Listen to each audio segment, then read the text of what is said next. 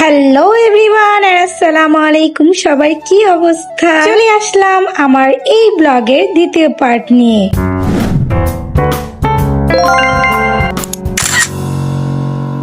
Guys, খুবই দুঃখজনক একটা কথা, আমার মেয়ে ওই যে খেলাগুলো দেখলো না, এখন মন পড়ে আসছে সে ওইখানেই যাবে। এখন আর সে হুন্ডায় ঘুরবে না, এখন সে ওইখানে যাবে। এখন ওইখানে যাওয়া লাগবে। পোলাপাই নিয়ে বের হইলে কি একটা কষ্ট। হ্যাঁ নূর, কোথায় যেতে হবে? দেখছেন নাগরদোলার খেলায় উঠতে। তো আমরা এখন চলে আসলাম এই খেলাধুলার জায়গায়, মানে এখানে বাচ্চাদের জন্য অনেকগুলো খেলার জিনিস রাখা হয়েছে। তো এটা যাওয়ার সময় আমরা দেখেছিলাম। এখন হচ্ছে ও এটাতে উঠবে, না হলে ও বাসায় যাবে না। হুন্ডাটা হচ্ছে সাইডে রেখে আমরা নিচে নেমে যাচ্ছি। নিচে নেমে দেখলাম একটু ভিজা ভিজা ছিল জায়গাটা, যেহেতু অনেকদিন ধরে বৃষ্টি হচ্ছে তাই এখানে একটু ভিজা ভিজা। কিন্তু সামনে যে দেখলাম যে আসলে অনেক কিছুই বাচ্চাদের জন্য রাখা হয়েছে। আমার মেয়ে তো সামনেই দৌড়াচ্ছে, মানে ওনার পছন্দের জায়গা, আমাদের রেখেই উনি সামনে এগিয়ে চলে যাচ্ছে। এইদিকে আমার এই জায়গাটা এসে খারাপ লাগলো না, ভালোই, মোটামুটি ভালোই। বাচ্চাদের খেলার জন্য জিনিস আছে, আবার বড়দের জন্য ঘোরার মতো জায়গা আছে এখানে। এখন এইখানে এসে আমার মেয়ে বড় টেনশনে পড়ে গিয়েছে, মানে এখন উনি কোনটা রেখে কোনটায় উঠবে সেই ডিসিশন উনি নিতে পারছে। আমি তো আগেই বলে দিছি যে আমি কিন্তু কোনো রাইডে উঠবো না, কারণ এই নৌকা, এই চরকি, এগুলোতে উঠলে বাবা আমার মাথা ঘোরায়। এর আগের বার যেখানে গিয়েছিলাম ওইখানে এই রাইড গুলাতে উঠার পর বাবা আমার তো বমি আস্তে আস্তে একদম আটকায়, মানে কি বলবো, এগুলা উঠলে আমার অনেক মাথা ঘোরায়। প্রথমে ওকে এই রেল লাইনে উঠিয়ে দেওয়া হলো, মানে এখানে বড়দের ওঠার দরকার নেই, ছোটরা একাই বসতে পারে, তাই হচ্ছে আগে ওকে এটাতেই উঠালাম। ওকে আমি বলে দিচ্ছিলাম যে শক্ত করে ধরবা, না হলে কিন্তু পড়ে যাবা। তো গেমটা স্টার্ট হয়ে যায়। ফার্স্টে আমি ভেবেছিলাম যে পড়ে যায় নাকি, আমার টেনশন লাগছিল, কিন্তু পরবর্তীতে দেখলাম যে না, ও আসলে বিষয়টা অনেক এনজয় করছে। দেন আমি হচ্ছে একটু রিল্যাক্স হলাম যে না, এখন তো বড় হয়ে গিয়েছে, এখন তাহলে ছোট বাচ্চা নাই। সবচেয়ে মজার বিষয় হচ্ছে ওরা আমার নূরকে কয়েকবার রাউন্ড দিয়েছে, মানে একবার দুইবার না, ও অনেকবার হচ্ছে হিসাব ছাড়াই আমার নূরকে রাউন্ড দিয়েছে।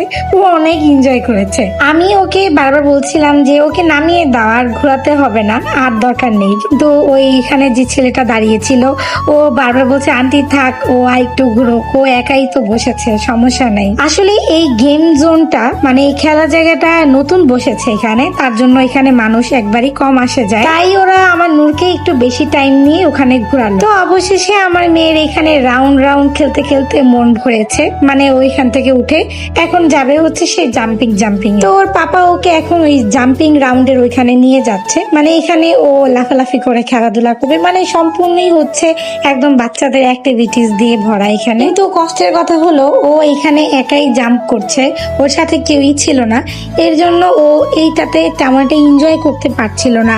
যেহেতু এখানে অনেক মানুষ থাকলে একটু বেশি মজা হয়, তো যেহেতু একা, তাই ওর কাছে এটা একটু তেমন একটা মজা লাগে না। এরপরে যায় সে আবার সেই ঘোড়ার মধ্যে উঠতে, কিন্তু ভাই এই ঘোড়া কিন্তু ওই ঢাকা শহরের শিশু পার্কের ঘোড়ার মতো না, এখানে হচ্ছে হাত দিয়ে গোল গোল ঘোরানো হয়, মানে বাচ্চারা ভয় পায়, এই কারণে হচ্ছে ওরা হাত দিয়ে এটা গোল গোল ঘোরায়। আমার মেয়ের এখানে অ্যাক্টিভিটিস গুলো করতে করতে একদমই সন্ধ্যা হয়ে যায়, সো আমাদের বাসায় যাওয়ারও টাইম হয়ে যায়। যেহেতু এখানে আমি আগের ব্লগেই বলেছিলাম এই জায়গাটা অন্ধকার হয়ে আসলে একটু সমস্যা হয়, তাই আমরা চলে যেতে চাচ্ছিলাম, কিন্তু আমার মেয়ের তখনও মন ভরে নাই, এখন সে দোলনায় উঠবে। ওই টাইমে মাগরিবের আজান দিয়ে দিয়েছে, তো কি করব, ভাবলাম যে মাগরিবের আজানটা এখানে শেষ করেই তারপরে হচ্ছে বাসায় যাওয়ার জন্য রওনা হব। কি আর বলবো বলেন, অনেক কষ্টে ম্যানেজ করে মেয়েকে রাজি করিয়ে বাসায় যাওয়ার জন্য রওনা হলাম। কোনোভাবেই ভাই ওকে আমরা মানাতে পারছিলাম না যে চলো বাসায় চলে যাই, না, আমার মেয়ের কথা হলো ও আরো খেলবে। একে তো এদিকে একদমই অন্ধকার হয়ে গিয়েছে, এই জায়গাটা একদমই নিরাপদ না আমাদের জন্য। আমরা এই জায়গার লোকাল মানুষ হলেও কি হয়েছে, এই জায়গাটা কিন্তু লোকাল মানুষদের জন্য একদম নিরাপদ না। পুলিশও কিন্তু এই রাস্তা দিয়ে টহলে থাকে, তারপরও এখানে একটার পর একটা অঘটন ঘটতেই থাকে। ঘোরাঘুরি শেষ করে আমাদের খিদা লেগে গিয়েছে, তাই আমরা চলে গিয়েছি রেস্টুরেন্টে। বাবারে বাবা, এটা রেস্টুরেন্ট রেস্টুরেন্ট নাকি আমরা আগুনের তাওয়ার উপর গিয়ে বসছিলাম। খাবার তো অর্ডার করে দিয়েছি, এখন তারা আমাদের ওয়েটে বসিয়ে রেখেছে। এই গরমে যদি আমরা আরো কিছুক্ষণ সেখানে ওয়েট করতাম খাবারের জন্য, তাহলে মনে হয় আমরাই বারবিকিউ হয়ে যেতাম। ভাই তাড়াতাড়ি করে কোনো রকম হয়ে বাইরে বের হয়ে এসেছি। বাইরে বের হয়ে দেখলাম ভিতরের থেকে বাইরে অনেক ঠান্ডা, তাই আমরা বাইরে দাঁড়িয়ে দাঁড়িয়ে খাবারের ওয়েট করছিলাম। কিছুক্ষণের মধ্যেই খাবার চলে আসলো আমাদের। সবাই কেমন লাগলো আমার ব্লগটি অবশ্যই কিন্তু কমেন্টে জানাবে। আর যারা আমার চ্যানেলে একদমই নতুন অবশ্যই কিন্তু চ্যানেলটি সাবস্ক্রাইব করে দিবে।